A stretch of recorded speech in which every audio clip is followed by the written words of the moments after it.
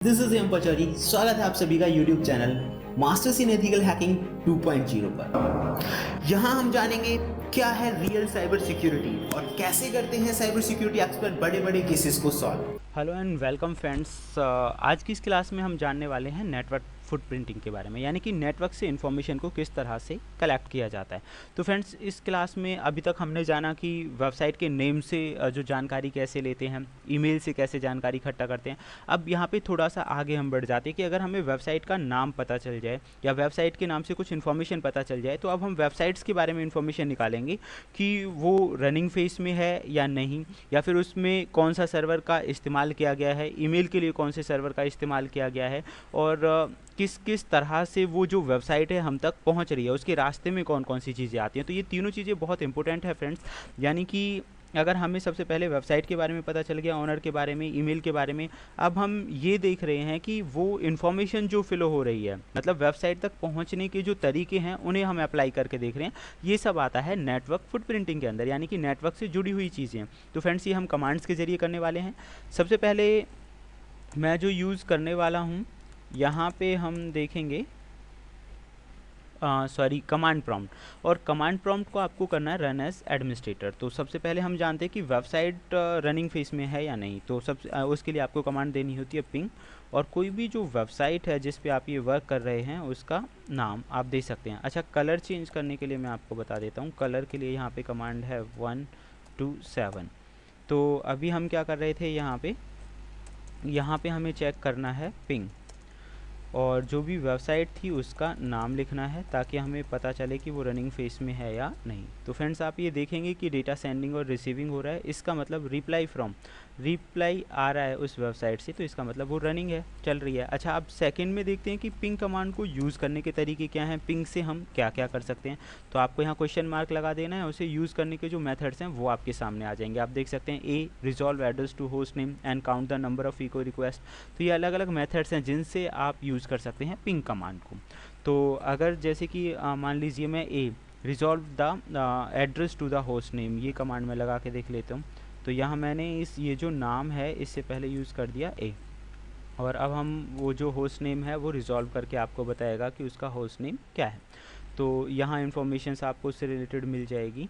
Then next, अगर आप ये जानना चाह रहे हैं लाइक उसका बफरिंग रिकॉर्ड क्या है, टाइम टू लिव अगर जानना चाह रहे हैं, या फिर बफरिंग रिकॉर्ड जानना चाह रहे हैं, अगर इस तरह की चीज़ें जानना चाहते हैं तो वो उसके लिए आप कमांड यूज़ कर सकते हैं एल में। आप देखेंगे यहाँ पे साइज़ आपको शो कर रहा है, send the buffer size send करके ये चेक, कोई भी अटैकर जो है वो ये चेक करता है कि इसकी बफर लिमिट कितनी है। अगर वो इसमें सक्सेसफुल हो जाता है तो इसकी मदद से ही वो बफर ओवरफ्लो जैसे अटैक्स को अंजाम दे सकता है उस वेबसाइट पे, और उसे आसानी से हैक कर सकता है। बफर ओवरफ्लो अटैक हम प्रैक्टिकली आगे करेंगे, लेकिन यहाँ से आप ये चेक कर सकते हो कि उस वेबसाइट की जो बफरिंग लिमिट है वो कितनी है। और एफ फ्रैगमेंटेड पैकेट्स को सेंड करने के लिए यूज़ किया जाता है। तो दोनों कमांड हम एक साथ यूज़ करेंगे, एफ़ और एल, और उसके बाद चेक करेंगे कि उसकी बफरिंग जो लिमिट है वो क्या है। तो यहाँ पे हमने एक कमांड दी एफ़, और यहाँ पे लिखा है एल फॉर बफर लिमिट। तो मैंने यहाँ 1200 डाल के देखा, तो आपको पता चलेगा डेटा जो रिप्लाई है वहाँ से आ रहा है, डेटा सेंडिंग रिसीविंग हो रहा है। इसका मतलब ये बफर लिमिट इससे ज़्यादा ही होगी। मैंने 1400 डाल के देखा, तो इसमें भी वही चीज़ें हैं कि डेटा सेंडिंग रिसीविंग और रिप्लाई हमें मिल रहा है। अब हम इस लिमिट को थोड़ा और आगे बढ़ा देते हैं। देन थोड़ा मैं इसे क्लियर कर लेता हूँ। लिमिट को हम थोड़ा आगे बढ़ा देते हैं। मैंने 14 की जगह यहाँ पे 1500 कर दिया, और देखते हैं फ्रेंड, जैसे ही हमने 1500 किया वो हमें शो कर रहा है packet needs to be fragmented, but defragmentation set, DF होता है डीफ्रैगमेंटेशन के लिए। तो इसका मतलब है इस वेबसाइट की जो बफरिंग लिमिट है वो 1500 या इससे ज़्यादा है। अगर इससे ज़्यादा कैरेक्टर्स का बफर ओवरफ्लो इस पर किया जाए तो साइट क्रैश होने की संभावना है। तो फ्रेंड्स, ये हमें पता चल गई पिंगिंग की मदद से। ऐसे ही एक और कमांड है, जैसे कि हम जान रहे थे कि भाई वो जो इन्फॉर्मेशन है वो आप तक पहुंच कैसे रही है, तो उसके लिए होता है ट्रेसर्ट का पूरा नाम होता है ट्रेस रूट। तो ये आपको बताएगा कि कोई भी जो वेबसाइट है आप तक पहुंचने में कितने होप्स से होकर गुजर रही है। होप्स का हम एग्जांपल ऐसे समझ लेते हैं, मान लीजिए इस वेबसाइट का जो मेन सर्वर है वो यूएस के अंदर है, यूएस से आप तक पहुंचने में इस वेबसाइट को कितना टाइम लग रहा है और कौन कौन से इसके बीच में राउटिंग्स आ रही हैं, वो सारी इन्फॉर्मेशन आपको यहाँ से मिल जाएगी।